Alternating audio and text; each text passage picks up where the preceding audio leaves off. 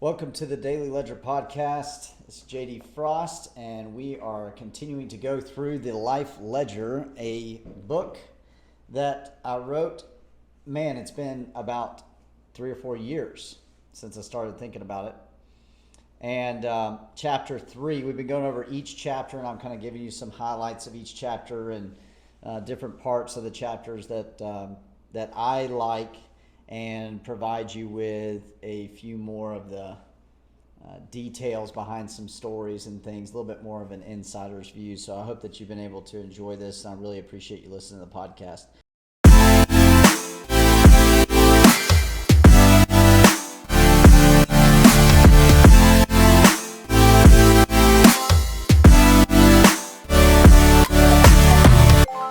So chapter 3, building conviction.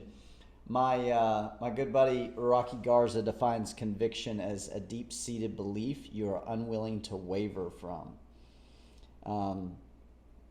In this chapter, I emphasize the fact that you've got to become convicted before you will change anything in your life.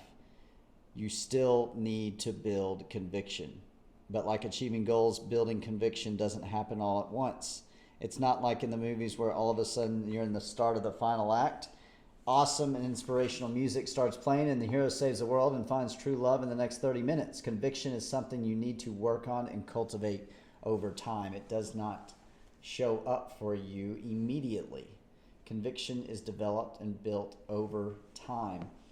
And in this example here, I talk about building conviction is a lot like building a fire.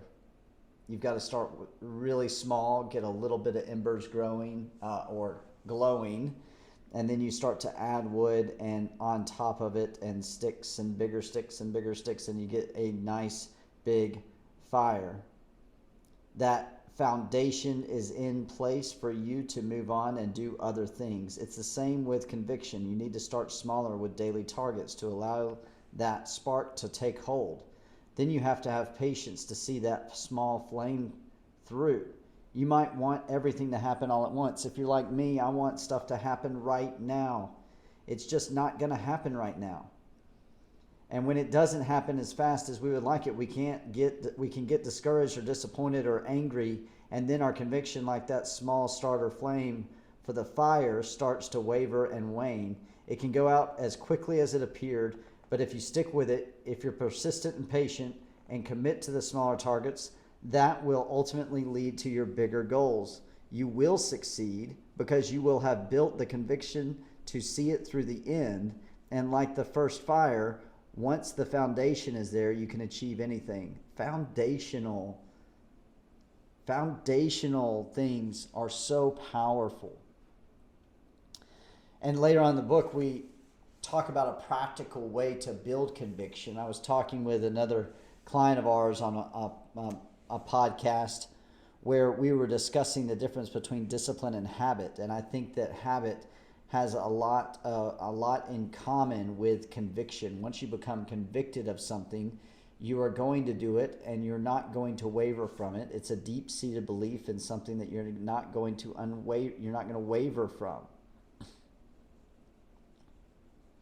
And when I finally built conviction in my life, initially I felt the most conviction about the fact that I needed to stop drinking. And that became a daily habit that I have formed over the last 5 years. Building conviction requires you to gain a sense of awareness of your life. It requires you to take an inventory of your life. And in accounting, we take inventories all the time of what's an asset activity, what's a liability activity, what are assets and liabilities on the balance sheet. And that's what you're doing in your life when you're starting to build conviction. You've got to see where you actually are. You got to build awareness.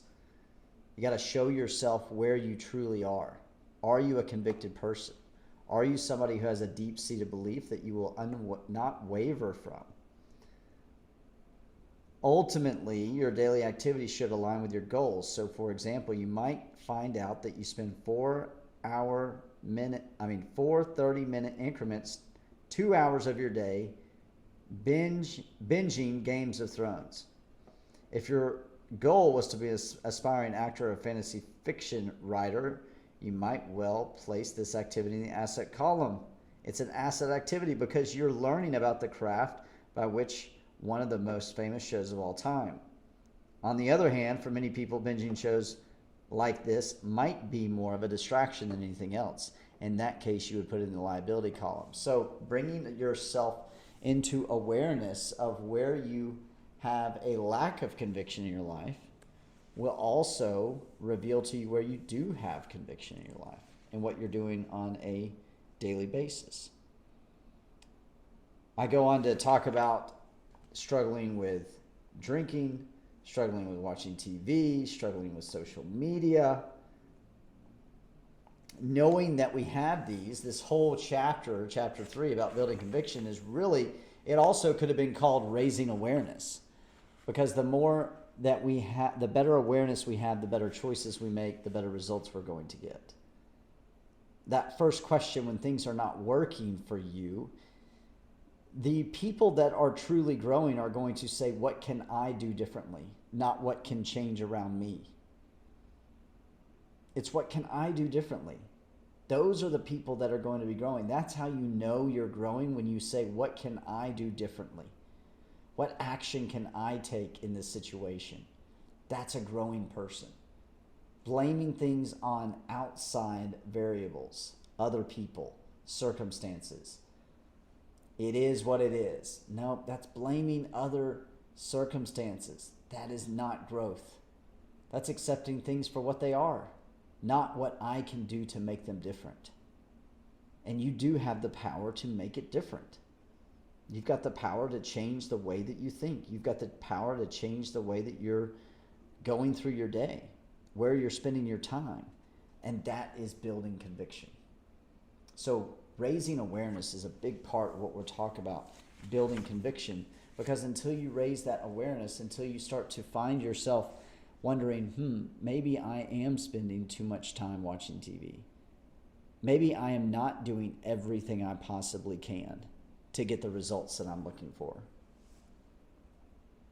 So you're going to start following these steps. I talk about the step-by-step process. Every change in your life, for worse or better, begins with you. That's admitting that you have the ability to overcome anything. Setting big, bold goals is the first step. Writing these goals down every day, twice a day, will keep you laser focused on what's important in your life and what you want out of it. But it's not enough to merely write down your goals. You want to write down DTs. We call them daily targets. These are smaller actions. We go through step by step by step on how to build conviction into your life. And then one of my favorite parts, and I've heard quite a few people talk about this part of the chapter, it's called the X Factor in chapter 3. And it's basically the last few pages of chapter 3, and it's a very important part of building conviction, and it's a two-part. The X Factor is two parts. First part is, the X Factor is humility. You got to humble yourself. You got to say, maybe what I thought I knew is not correct, because it's not getting me the results that I want. I've got to be humble and admit that I need help. I've got to ask people to help me. I've got to humble myself enough, which is really, really hard to do. It's very, very difficult. But this is a growth mindset.